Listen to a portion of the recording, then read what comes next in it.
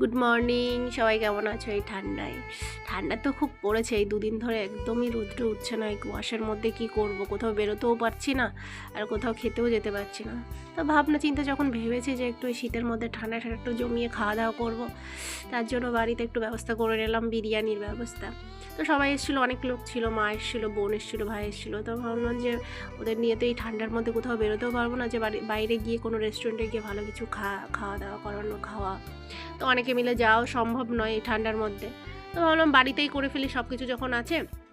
তো সেই ব্যবস্থা, যেমনি ভাবনা তেমনি কাজ, তো করেই ফেললাম বিরিয়ানি। সব কিছু জোগাড় করে নিয়ে এই আমার বোন করছিল বিরিয়ানিটা, আর আমি একটু হেল্প করে দিচ্ছিলাম। আর এই যে ভিডিওর জন্য আমি অপেক্ষা করছিলাম, কাজ বাদ দিয়ে ভিডিও করছিলাম যে বিরিয়ানি করছি একটা, সবাই করে ভিডিও, তো আমি একটু করলাম। দেখো এই যে সব কিছু আলু টালু ভেজে নিয়ে, পেঁয়াজ ভেজে নিয়ে, সব কিছু মশলা দিয়ে এই যে চিকেন কষা করছে, মানে চিকেনটা রেডি করে নিচ্ছে। তার আগে আলু সিদ্ধ করে নেওয়া হয়েছে সব কিছু। চিকেনটা অনেকটা হয়ে গেছে, এবার নামিয়ে রেখে এবার ভাতের জন্য যে রাইসটা করবে সেটা ফুটিয়ে নেওয়া হলো।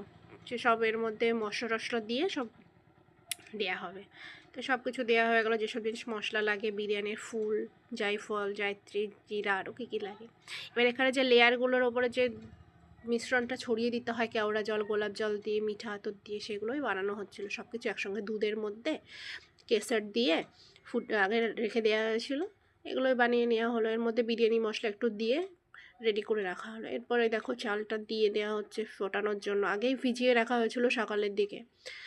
এবার সব কিছু হয়ে যাওয়ার পরে এবার যেটা দম দিতে হবে সেটার ব্যবস্থা করা হচ্ছে। নিচে তেজপাতা দেওয়া হয়েছিল, যে দুটো হাঁড়িতে অনেক লোকজন ছিল, তো তার জন্য দুটো ভাগে ভাগে করা হয়েছিল দম দেওয়ার জন্য। তো তেজপাতা দিয়ে নিচে ঘি দিয়ে সুন্দর করে প্রলেপ করে দিয়ে নিচে চিকেন দিয়ে